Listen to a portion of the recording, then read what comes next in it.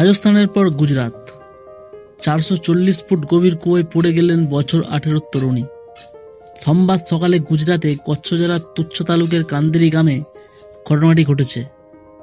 তুচ্ছের জেলা উপশাসক এবি যাদব জানিয়েছেন, ওই তরুণী কুয়োর 490 ফুট গভীরে আটকে রয়েছেন।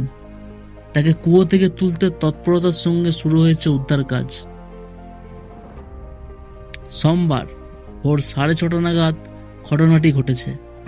স্থানীয় সূত্রে জানা গিয়েছে যে ওই তরুণীর পরিবার পরিযায়ী শ্রমিক। রাজস্থান থেকে কাজের সূত্রে সপরিবারে গুজরাতে এসেছিলেন তারা। সোমবার ভোরে কোনোভাবে পা পেঁচলে ওই তরুণী কুয়োয় পড়ে যান। কিছুক্ষণ পর বিষয়টি জানতে পারেন মেয়েটির পরিবার। শুরু হয় উদ্ধার কাজ। ক্যামেরার সাহায্যে কুয়োর ভেতরে মেয়েটির গতিবিধি বোঝার চেষ্টা চলছে। নলের সাহায্যে পাঠানো হয়েছে অক্সিজেনও। তবে উদ্ধারকারীরা জানিয়েছেন, কুয়োর ভিতরে কোনো রকম নড়াচড়ার টের পাওয়া যাচ্ছে না। ওই তরুণী বেঁচে আছেন কিনা তা নিয়েও ধন্দে তারা।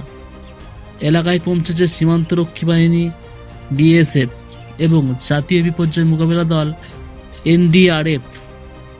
উদ্ধার কাজে হাত লাগিয়েছে তারাও।